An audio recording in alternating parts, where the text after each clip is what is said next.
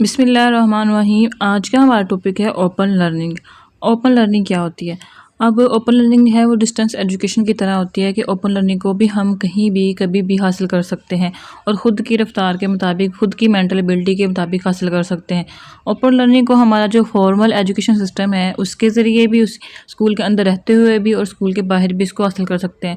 Open learning को हम अपने डेली एक्सपीरियंस से भी हासिल कर सकते हैं। इसके बहुत सारे ज़राए हैं। यानी कि जो ओपन लर्निंग है उसमें बहुत ज़्यादा फ्लेक्सिबिलिटी होती है हमारे पास डिस्टेंस एजुकेशन के मुकाबले में। ओपन लर्निंग की डेफिनेशन क्या है? ये एक ऐसा स्टडी का सिस्टम है जिसमें हम बच्चे को इस बात की मुकम्मल तौर पर कि वो जब चाहे, जहाँ चाहे, जैसे चाहे तालीम हासिल कर सकता है। हम उसको एक कोई टारगेट नहीं देते ख़ास कि आपने 6 माह बाद इसको कंप्लीट करना है या 7 माह में कंप्लीट करना है, 4 माह में कंप्लीट करना है। नेक्स्ट है हमारे पास की aspects of open learning. Open learning के हम पहलू हैं expand traditional classroom methods.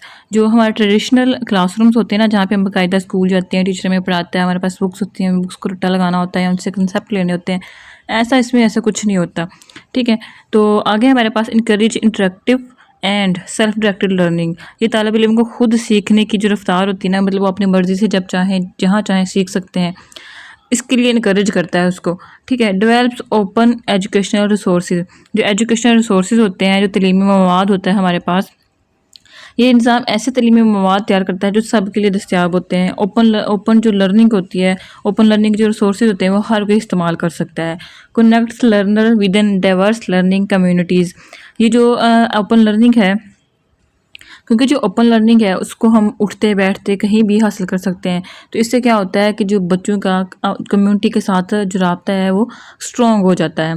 Open learning versus distance education, इसका हम कुछ थोड़ा सा डिफरेंस। सबसे पहले इसका डिफरेंस है फ्लेक्सिबिलिटी, यानी कि लचक, उस पर कितनी चेंजिंग हो सकती हैं।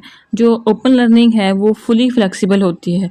जो लर्नर है वो जब चाहे, जहाँ चाहे, जैसा मर्जी चाहे स्टडी कर सकता है।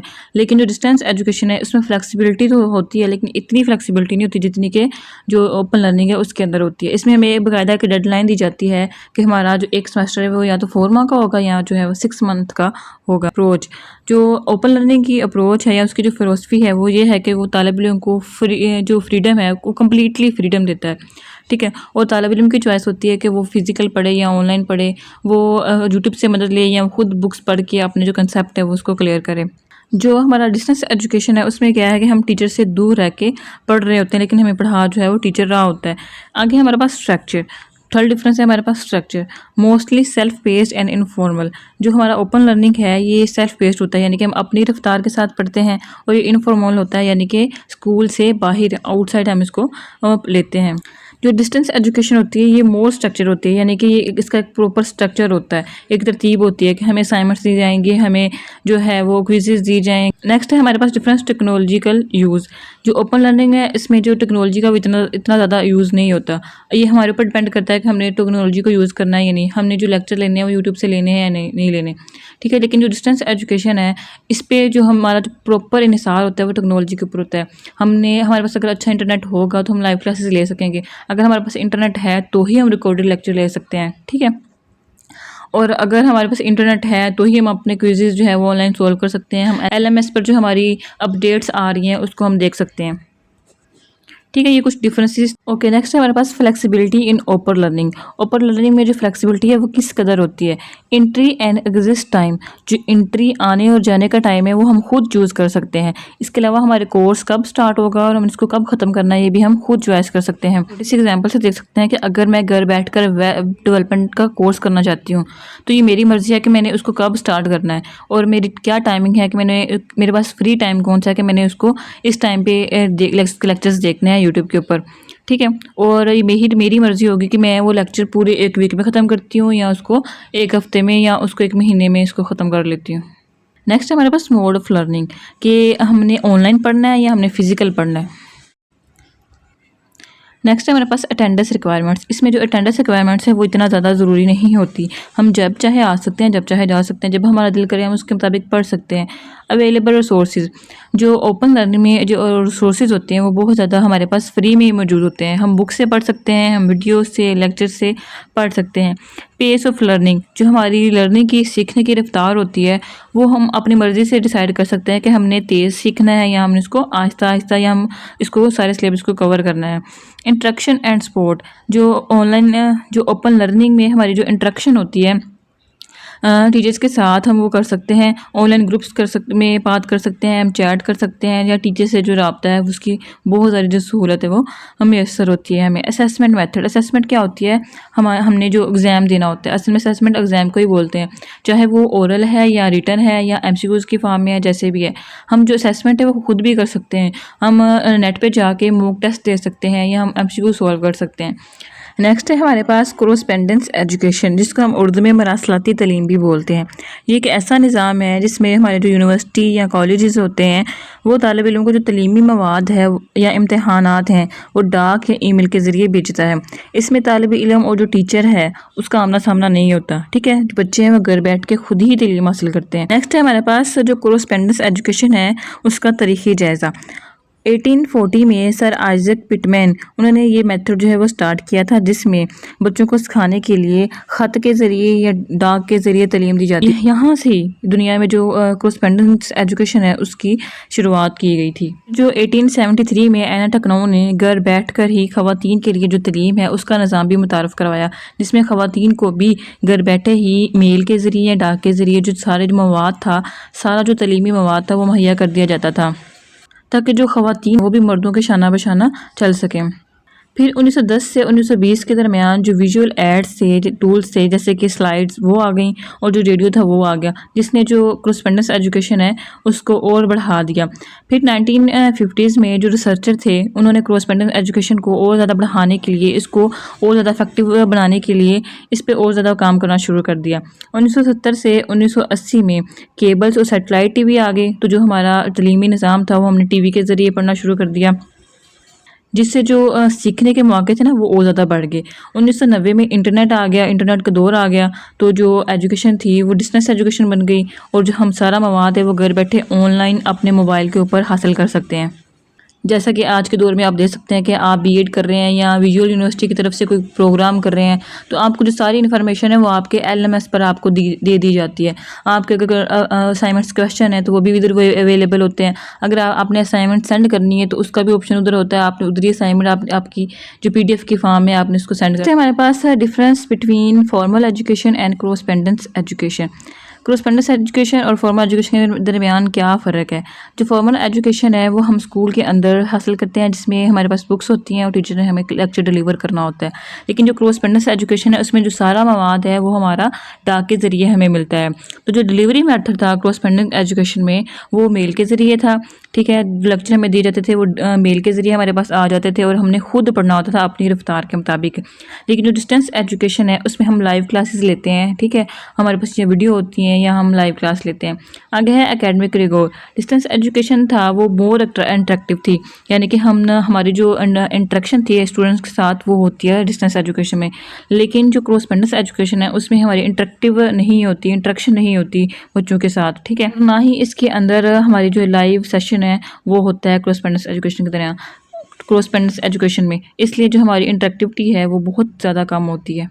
आगे है फ्लेक्सिबिलिटी। तो कोरेस्पेंडेंस एजुकेशन में हमने अपनी रफ्तार के मुताबिक पढ़ना होता है, ठीक है। तो इसमें फ्लेक्सिबिलिटी है वो बहुत ज़्यादा होती है, जबकि जो फॉर्मल एजुकेशन है उसमें फ्लेक्सिबिलिटी बिल्कुल ना होने के बराबर आप समझ लें। आगे हमारे पास यूजेज। जो कोरेस्पेंडेंस एजुकेशन है वो हमने घर बैठ कर हासिल करनी होती है, इसलिए हम इसको होम स्टडी भी बोलते हैं।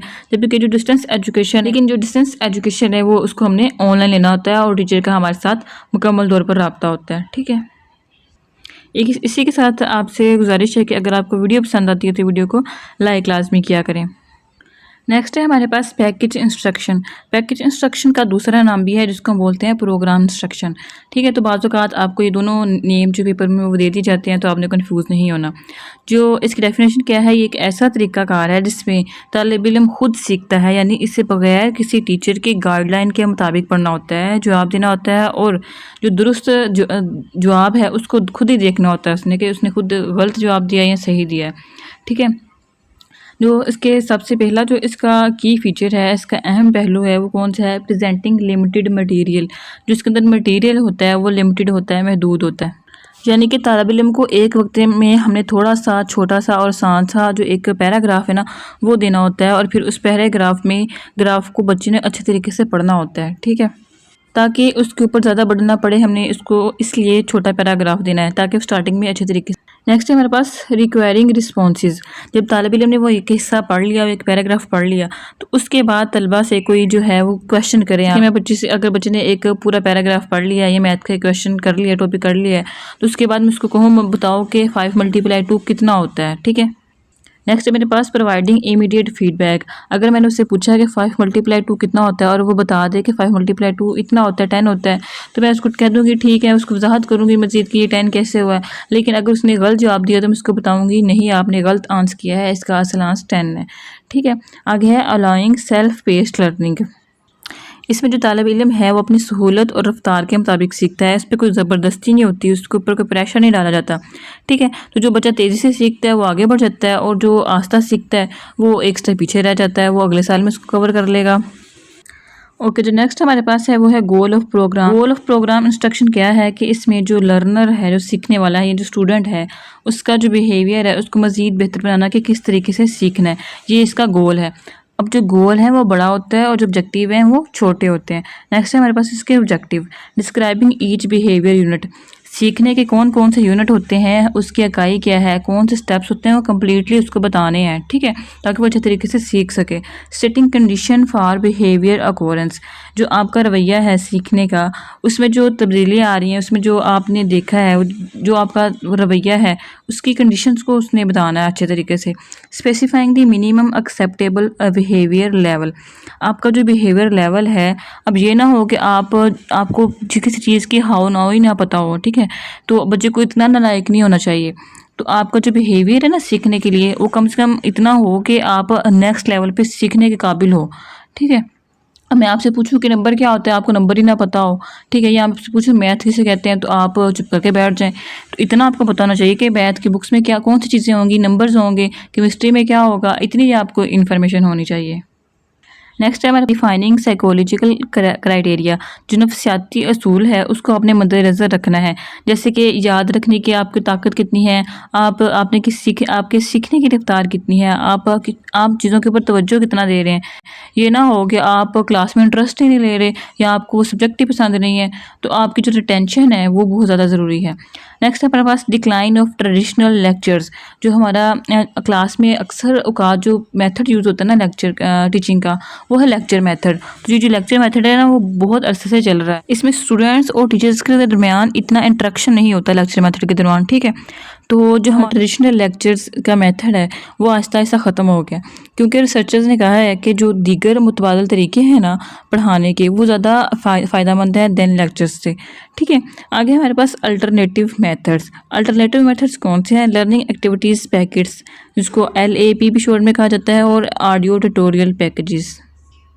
अब जो लर्निंग एक्टिविटी पैकेट्स है, इसमें क्या होता है कि जो हर तालिब इल्म के लिए मुख्तलिफ सरगर्मियाँ तैयार की जाती हैं, एक्टिविटीज़ बनाई जाती हैं और हर कोई अपनी रफ्तार से उसको मुकम्मल करता है। नेक्स्ट जो है हमारा वो है ऑडियो ट्यूटोरियल पैकेज। इसमें क्या होता है कि ऑडियो रिकॉर्ड्स के ज़रिए सीखने का मौका मिलता है। तालिब इल्म जो है वो सुनकर और अमल कर कर सीखता है। ऑडियो सुनकर तालिब इल्म जो है वो नक्शा बनाएगा या उससे सवालात किए जाएंगे कि आप ये ऑडियो सुने, उसके बाद आपसे सवाल किया जाएगा। तो तालिब इल्म उस ऑडियो को गौर से सुनते हैं, उसके बाद उनसे क्वेश्चन किए जाते हैं, ठीक है? आगे हमारे पास प्रोग्राम इंस्ट्रक्शन। अब जो प्रोग्राम इंस्ट्रक्शन है ये क्या, ये कॉलेज से जो अर्लियर लेवल है उसके ऊपर आया। अब आप बच्चे को पढ़ाना सिखा रहे हैं, तो आप क्या उसको कॉलेज लेवल पे जाके बताएंगे कि आपने पढ़ना किस तरह है? आप अगर प्राइमरी क्लास से ही उसको बताना स्टार्ट करेंगे कि आपने पढ़ना किस तरीके से है, आपको कंसेप्ट किस तरीके से लेने हैं, फिर ही वो एक अच्छा तालिब इल्म बन सकेगा, ठीक है? तो ये कॉलेज से अर्लियर लेवल के ऊपर आ गया। जो रिसर्चर्स हैं उन्होंने इंडिकेट किया था कि ये जो प्रोग्राम इंस्ट्रक्शन की इफेक्टिवनेस है ना, ये दूसरे जो ट्रेडिशनल मेथड है हमारे, जैसे कि लेक्चर मेथड हो गया, उससे ज़्यादा इफेक्ट करता है ये जो प्रोग्राम इंस्ट्रक्शन है। तो इसलिए इसको क्या किया गया, इसको इम्प्लीमेंट किया गया earlier. It addresses psychomotor, cognitive and affective domains. इसमें जो प्रोग्राम इंस्ट्रक्शन में हमने साइकोमोटर, कोग्निटिव और अफेक्टिव डोमेन का यूज़ किया। अब साइकोमोटर क्या होता है, इसमें हमने जो हमारी अमली महारतें होती हैं, जैसे कि किसी आले का इस्तेमाल, अपने हाथ पैर का इस्तेमाल करके अपने मसल को इस्तेमाल करना है, ठीक है। और जो कोग्निटिव होते हैं उसमें हमने अपना दिमाग यूज़ करना है, ठीक है। और जो अफेक्टिव डोमेन है उसमें हमें पता चलता है कि हमारा रवैया, हमारा जो दिलचस्पी है वो किस चीज़ के अंदर ज़्यादा है। अफेक्टिव डोमेन में हम किसी चीज़ के अंदर अपनी जो खुद एतमादी है, दिलचस्पी है, वो पैदा करते हैं। आगे है इसके की principle of program instruction.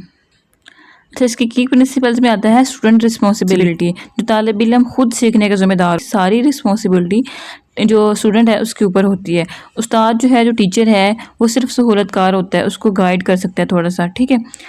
Behavioural objectives, जो सीखने का रवैया है उसके क्या मकासद है। Clear learning goals, guide instruction and assessment. जो सीखने का जो मकासद है वो क्या है। अच्छा, जो हर सबक है उसका एक वाज़िया मकसद होता है, ठीक है। क्लियर गोल्स होते हैं, तो उसी हिसाब से क्लास को इंस्ट्रक्शन दी जाएंगी और उसी हिसाब से उसका असेसमेंट लिया जाएगा। जैसे कि मैं आज आपको एक टॉपिक पढ़ाऊँ कि हमने एडिशन करना सीखना है, ठीक है, तो इसी लिहाज से उसकी असेसमेंट की जाएगी। इंडिविजुअलाइज्ड लर्निंग, जो हर तालिब इल्म है वो अपनी रफ्तार से आगे बढ़ता है, उसकी मेंटल एबिलिटी जो होती है उससे के मुताबिक वो आगे बढ़ता है। नेक्स्ट है हमारे पास एडवांटेजेस ऑफ प्रोग्राम इंस्ट्रक्शन। सबसे पहले है टीचर एफिशिएंसी। टीचर एफिशिएंसी का क्या मतलब है कि जो माहिर टीचर होते हैं ना, वो एक वक्त में, या जो एक्सपीरियंस टीचर होते हैं वो एक वक्त में ज़्यादा तलबा तक मौसर तरीके से सीखने का अमल पहुंचा सकते हैं। टीचर ने सिर्फ आपको एक सहूलतकार है, आपको बताएगा कि आपने इस तरह करना है, वो आपको प्रॉपर गाइड तो करेगा लेकिन आपकी उसके अंदर मदद नहीं करेगा, ठीक है। तो जो एक अच्छा टीचर होता है ना, वो जितना अच्छा प्रोग्राम तैयार करेगा, जितना अच्छा नोट्स बनाएगा और दूसरों तक पहुंचाएगा, उतने तलबा जो है वो उससे ज़्यादा फ़ायदा उठा सकेंगे। Personalised learning. पर्सनलाइज्ड लर्निंग में क्या होता है कि हर तालिब इल्म जो है वो अपनी रफ्तार और अपनी समझ के मुताबिक सीखता है। तो इससे क्या होता है, जो टीचर और जो तालिब इल्म है उनके दरमियान इंटरेक्शन ज़्यादा हो जाती है, इंटरेक्शन होने का ज़्यादा इम्कान होता है। फ्लेक्सिबल लर्निंग, यानी कि इसमें जो स्टूडेंट होता है वो अपना लर्निंग पाथ खुद चूज़ करता है कि उसने किस वक्त पढ़ना है और किस अंदाज में पढ़ना है, ठीक है। आगे हैं इंस्ट्रक्शनल पैकेजेस। आईपीएस, इसको शॉर्ट में आईपीएस से डोनेट कर दिया। इंस्ट्रक्शनल पैकेजेस है, ये वो तलीमी मवाद है जो इस तरह से तैयार किया जाता है कि जो तालिब इल्म है वो टीचर पर इन्हिसार किए बगैर खुद सीखे, ठीक है। जो टीचर की इंडिपेंडेंस है ना वो इसमें कम हो जाती है इसके अंदर। नेक्स्ट है हमारे पास ऑफ आईपीएस, यानी कि जो इंस्ट्रक्शनल प्रोग्राम है या इंस्ट्रक्शनल पैकेज है उसके फीचर्स क्या हैं। क्लियर ऑब्जेक्टिव्स, हर सबक या पैकेज में साफ बताया जाता है कि तालिब इल्म ने इससे क्या सीखना है और किस तरह से सीखना है। जैसे कि आपको बता दिया जाए कि इस यूनिट के बाद आपने जो 3 जावियों वाले मुसल्लस है ना वो बनाना सीखेंगे या उसकी पहचान करना सीखेंगे। नेक्स्ट है हमारे पास स्ट्रक्चर लर्निंग, यानी कि जो सीखने का अमल है वो मरहलावार होता है, ठीक है, स्टेप बाय स्टेप होता है और एक तरतीब के साथ होता है ताकि तालिब इल्म कंफ्यूज ना हो कि उन्होंने सीखना किस तरीके से। हर चीज़ जो है वो स्टेप बाय स्टेप बताई जाएगी। स्ट्रक्चर लर्निंग में इसको एग्जांपल से इस तरह से ले सकते हैं कि जैसे पहले आपको डेफिनेशन, फिर उसकी एग्जांपल, फिर आपने उसकी जो है वो एक्सरसाइज करनी है, उसके बाद आपने उसका जायज़ा लेना है। इस तरह से मुकम्मल एक तरतीब दी जाएगी। परफॉर्मेंस असेसमेंट क्या होती है, जब सारा जो टॉपिक है या मवाद है वो तैयार किया जाता है तो उसके लास्ट में एक एक्सरसाइज दी जाती है कि वो जो एक्सरसाइज के अंदर क्वेश्चन होते हैं वो पूरे जो ऊपर मवाद दिया जाता है उसके अंदर से निकाले जाते हैं। तो इस तरह से जो तालिब इल्म है वो देख सकते हैं कि उन क्वेश्चन को सॉल्व करके देख सकते हैं कि वो किस काबिल हो गए हैं, उनको किसी चीज़ की समझ आई है या नहीं, उनका इल्म किस कदर है, ठीक है। तो वो खुद की असेसमेंट ले सकते हैं। टीचर रोल, टीचर का इसके अंदर क्या रोल होता है।